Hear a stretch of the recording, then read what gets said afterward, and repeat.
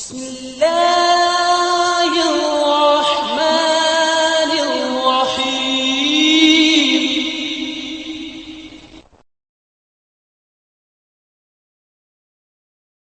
سورۃ الکہف، رکوع نمبر 8۔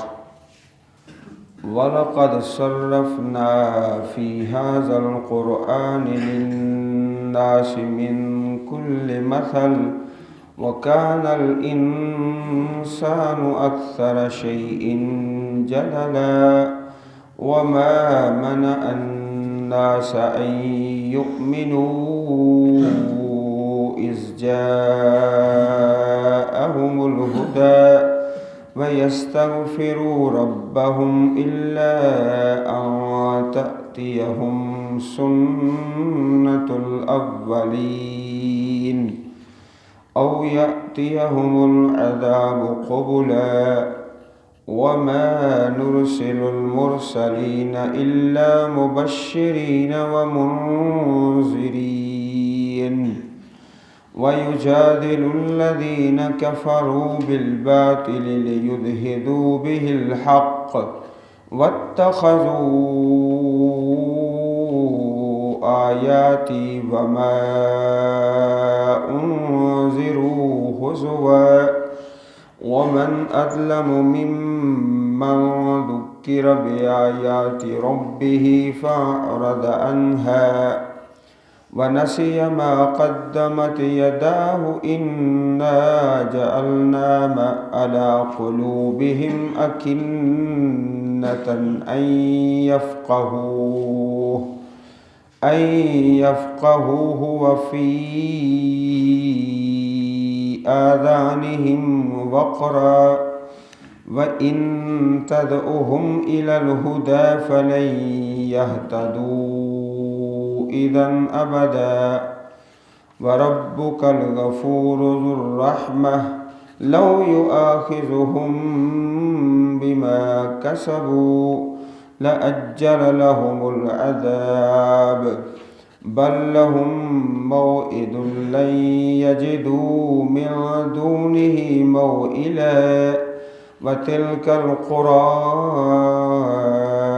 أَهْلَكْنَاهُمْ لَمَّا ظَلَمُوا وَجَعَلْنَا لِمَهْلِكِهِم مَّوْعِدًا۔ جس طرح عرض کیا گیا کہ لفظ القرآن اللہ پاک نے سب سے زیادہ تو سورہ بنی اسرائیل میں بیان فرمایا، نازل فرمایا، اور یہاں بھی وَلَقَدْ صَرَّفْنَا فِي هَذَا الْقُرْآنِ، اور بلا شبہ ہم نے پھیر پھیر کر بیان کر دی، صرفنا، پھیر پھیر کر دلائل اور تفصیلات اور نشانیاں اور فرقان اس قرآن میں للناس، لوگوں کے لیے، من کل مثل، ہر قسم کی مثال۔ اللہ تعالیٰ نے بہت ساری مثالیں دے کے مسائل سمجھائے۔ ایک مثال مکھی کی اللہ پاک نے بیان فرمائی کہ سارے لوگ مل جائیں، اللہ کے علاوہ ایک مکھی نہیں پیدا کر سکتے، اور اگر ایک مکھی کوئی چیز چھین کر لے جائے اس سے چھڑا نہیں سکتے۔ یہ مکھی کی مثال بیان فرمائی۔ ایک مثال اللہ پاک نے مچھر کی بیان فرمائی، ان اللہ لا یستحیی ان یضرب مثلا ما بعوضۃ فما فوقہا، مچھر کی مثال۔ اور اسی طرح سورۃ الجمعہ میں اللہ پاک نے گدھے کی مثال بیان فرمائی ہے۔ گدھا، اس کے اوپر کتابیں رکھ دو، اس کو کوئی پتہ نہیں میرے اوپر بوجھ ہے، اس میں کیا لکھا ہے۔ فرمایا یہ مثال ہے اس شخص کی جس کے پاس علم تو ہے لیکن عمل کوئی نہیں، گدھے کی مثال ہے۔ مکھی کی مثال ہے، مچھر کی مثال ہے، اور سورۃ الاعراف میں کتے کی مثال ہے۔ کتا جو ہے اس کے اوپر بوجھ رکھیں یا نہ رکھیں وہ ہانپتا ہے۔ فرمایا کہ کچھ ایسے بے نصیب انسان ہوتے ہیں، ان کے سامنے اللہ پاک کی آیتیں آئیں یا نہ آئیں برابر ہے۔ ان تحمل علیہ یلہث او تترکہ یلہث، کتے کی مثال ہے، گدھے کی مثال ہے، مکھی کی مثال ہے، مچھر کی مثال ہے، اور دلائل اور نشانیاں من کل مثل، ہر قسم کی مثال سمجھانے کے لیے۔ مثال سے ذرا بات آسانی سے سمجھ آ جاتی ہے۔ وَكَانَ الْإِنسَانُ أَكْثَرَ شَيْءٍ جَدَلًا، اور ہے انسان ہر چیز سے زیادہ، تمام چیزوں سے زیادہ، جدلا جھگڑا لو، جھگڑا بڑا کرتا ہے۔ اب حدیث پاک میں ایک واقعہ ہے حضرت علی رضی اللہ تعالی عنہ کا۔ پیارے رسول علیہ السلام تشریف لے گئے اپنی بیٹی کے گھر، حضرت فاطمہ رضی اللہ تعالی عنہ اور حضرت علی، دونوں کو آپ نے فرمایا الا تصلیان، کیا تم نماز نہیں پڑھتے؟ نماز تہجد، تہجد کی نماز پر آپ نے رغبت دلائی، شوق دلایا۔ تو جناب علی رضی اللہ تعالی عنہ فرمانے لگے انفسنا بید اللہ، ہماری جانیں اللہ کے ہاتھ میں ہیں، اللہ تعالیٰ کے ہاتھ میں ہیں۔ جب اللہ پاک چاہتا ہے ہمیں بیدار کرا دیتا ہے۔ انفسنا بید اللہ، ہماری جانیں اللہ کے ہاتھ میں ہیں، جب وہ ہمیں اٹھانا چاہے تو اٹھا دیتا ہے۔ حضرت علی فرماتے ہیں جب میں نے یہ بات کہی تو پیارے رسول صلی اللہ علیہ وسلم اٹھ کر واپس تشریف لے گئے۔ جب آپ واپس گئے تو اپنی ران پر اپنا ہاتھ مار رہے تھے اور ساتھ ہی آیت پڑھ رہے تھے۔ پیارے رسول علیہ السلام وَكَانَ الْإِنسَانُ أَكْثَرَ شَيْءٍ جَدَلًا، واپسی پر آپ جا رہے ہیں، اپنی ران پر ہاتھ مارتے اور یہ فرماتے پڑھتے جا رہے ہیں کہ انسان سب چیزوں سے بڑھ کر جھگڑالو ہے۔ صحیح البخاری حدیث نمبر 1127، صحیح مسلم حدیث نمبر 775، متفق علیہ، یہ حدیث پاک ہے۔ اس وقت پیارے رسول علیہ السلام نے اس آیت کریمہ کی تلاوت فرمائی کہ انسان ہر چیز سے زیادہ جھگڑالو ہے۔ عزیز بھائیو، کبھی آپ نے مشاہدہ کیا ہوگا کہ جب آپ کسی کو دعوت دیتے ہیں اللہ کی کتاب کی تو وہ کیا کہے گا؟ جھگڑا شروع کر دے گا۔ ہم نے دیکھے ہوئے ہیں قرآن پڑھانے والے، قرآن پڑھانے والے جو انسان ہیں ان کے اندر کوئی نقص ہو، کوئی عیب تلاش کر کے بیان کر کے اپنی جان چھڑا لے گا۔ بھئی جو قرآن پڑھا رہا ہے وہ بھی تو انسان ہے، اس میں نقص بھی ہو سکتا ہے، اس میں عیب بھی ہو سکتا ہے، اور ہوتے ہیں، لیکن اس کا معنی یہ ہرگز نہیں کہ اللہ کی کتاب سے انسان غافل ہو جائے۔ وَكَانَ الْإِنسَانُ أَكْثَرَ شَيْءٍ جَدَلًا، ہر چیز سے بڑھ کر جھگڑالو ہے۔ دیکھے ہوئے ہیں قرآن پڑھانے والے، قرآن پڑھانے والوں کے قول فعل میں تضاد ہوتا ہے، ہم سارا جانتے ہیں، اس لیے ہم نہیں پڑھتے۔ اچھا بھائی، اپنے بیٹے کو قرآن و سنت کی تعلیم دے دو۔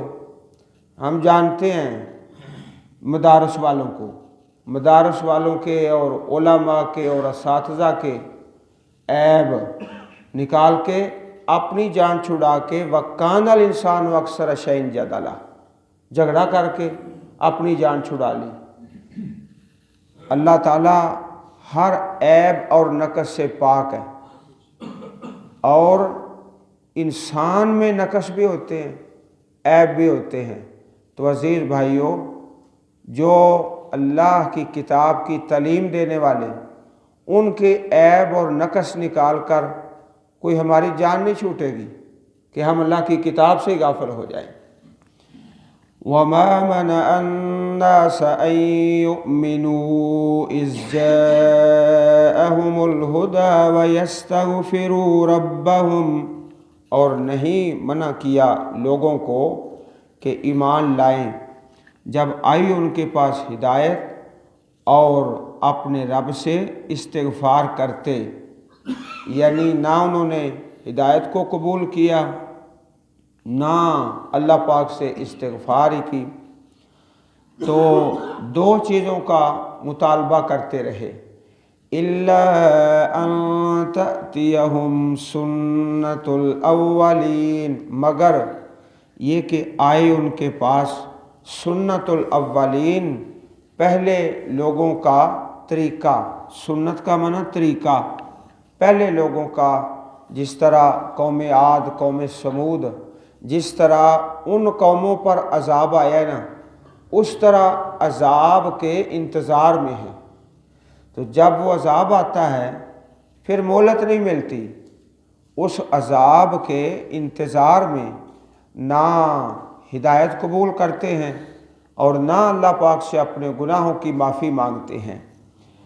ایک شکل تو یہ ہے، اور دوسری رب کائنات نے اس سے آگے بیان فرمائی ہے، او یأتیہم العذاب قبلا، یا آئے ان کے پاس عذاب بالکل سامنے۔ اس عذاب سے مراد آخرت کا اور جہنم کا عذاب ہے۔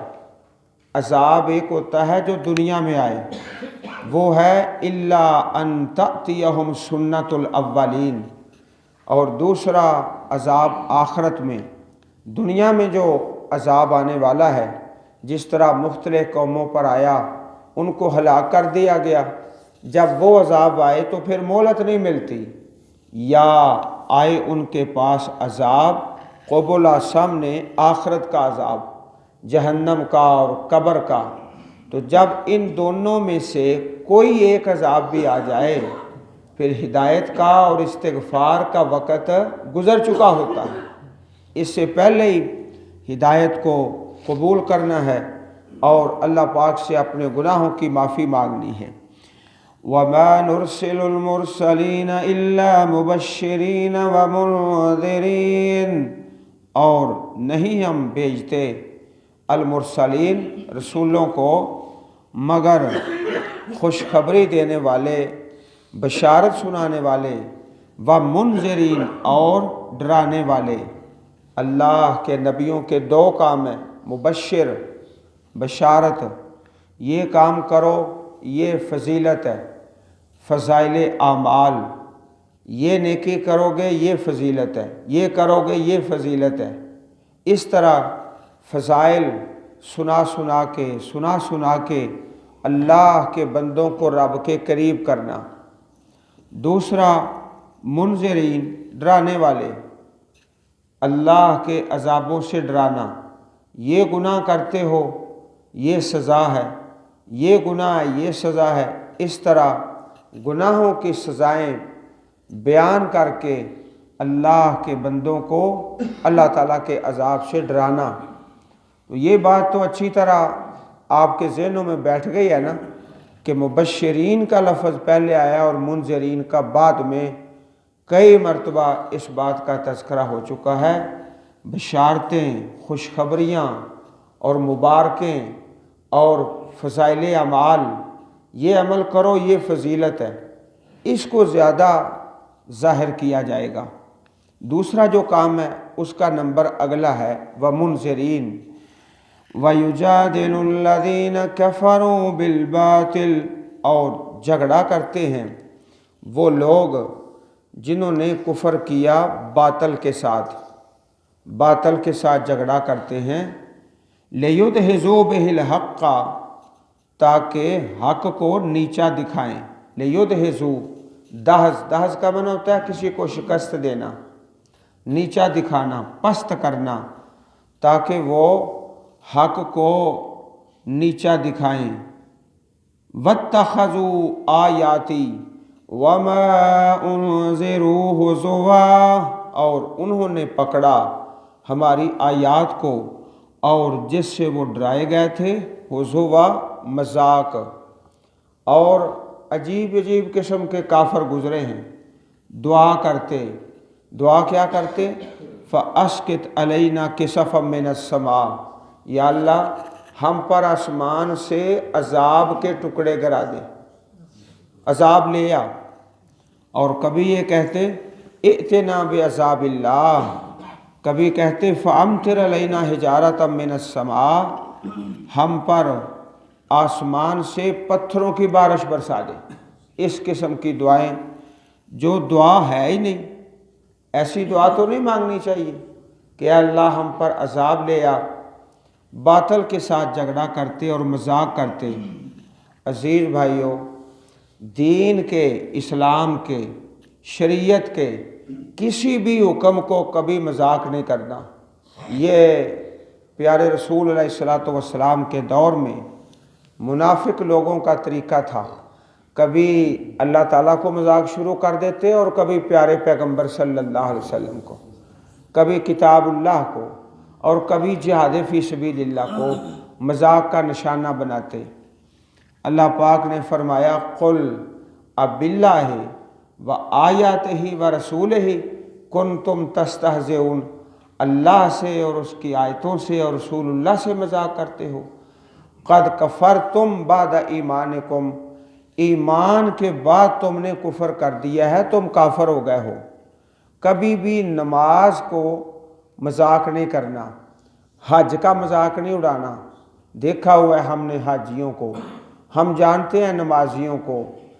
جہاد کا کبھی مذاق نہیں اڑانا، دیکھا ہے ہم نے مجاہدین کو، ان کے کرتوت ہم سب جانتے ہیں۔ نہ میرے بھائیوں، نماز کا اور حج کا اور جہاد کا اور مسجد کا اور داڑھی کا اور کسی بھی شرعی حکم کا مذاق نہیں اڑانا۔ انسانوں میں کمیاں ہوتی ہیں، یہ شاعر اللہ ہے۔ قل اباللہ وآیاتہ، تمہیں مذاق کرنے کے لیے اللہ ہی ملتا ہے۔ کئی لوگ ہیں وہ داڑھی کو مذاق کر دیتے ہیں، بھئی کیسا کفریہ کام کیا ہے۔ قد کفرتم بعد ایمانکم، اللہ کے کسی بھی حکم کا مذاق اڑانا سمجھو انسان کفر کے اندر چلا گیا۔ وَاتَّخَذُوا آیاتی وَمَا أُنذِرُوا هُزُوًا، انہوں نے پکڑا ہماری آیتوں کو اور جس چیز سے وہ ڈرائے گئے تھے مذاق۔ وَمَنْ أَظْلَمُ مِمَّنْ ذُكِّرَ بِآيَاتِ رَبِّهِ فَأَعْرَضَ عَنْهَا، اور اس سے بڑا کون ظالم ہے؟ ممن ذکر، اس سے جس کو نصیحت کی گئی، بآیات ربہ، رب کی آیات کے ساتھ، فأعرض عنہا، پھر اس سے اعراض کرتا ہے ان آیات سے، ونسی، اور بھول جاتا ہے، ما قدمت یداہ، جو آگے بھیجا اس کے ہاتھوں نے، ہاتھوں کا نام لیا ہے۔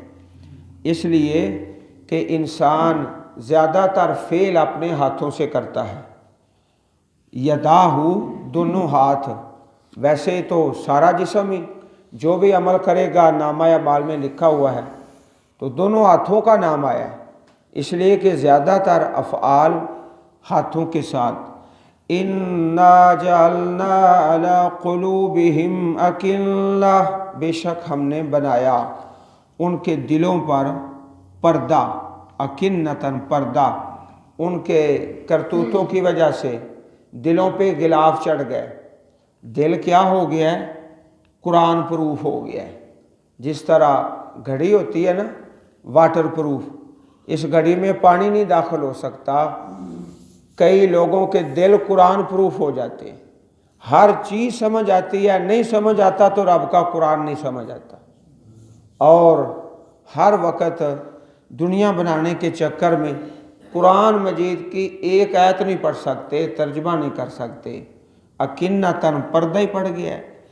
ان یفقہوہ کہ وہ سمجھیں اس کو، وفی آذانہم وقرا اور ان کے کانوں میں بوجھ ہے۔ پچھلی صورت میں پڑھا ہے نا، حجابم مستورہ، حجابم مستورہ ایک پردہ ہے جو نظر نہیں آتا، ایک رکاوٹ ہے جو سامنے نہیں ہے، وہ اللہ تعالیٰ کے حکم سے ہے۔ وہ رکاوٹ کیا ہے کہ حق قبول کرنے کی جو توفیق ہے اس کو سلب کر لیا گیا، چھین لیا گیا ہے۔ وفی آذانہم وقرا ان کے کانوں میں بوجھ ہے، دنیا کی ہر بات سن سکتے ہیں، قرآن و سنت جب سنتے ہیں تو تکلیف ہوتی ہے، قرآن مجید کی آیتوں کی اور پاک پیغمبر علیہ الصلوۃ والسلام کی پیاری احادیث جب وہ سنتے ہیں تو پھر بوجھ پڑتا ہے، بڑی تکلیف ہوتی ہے۔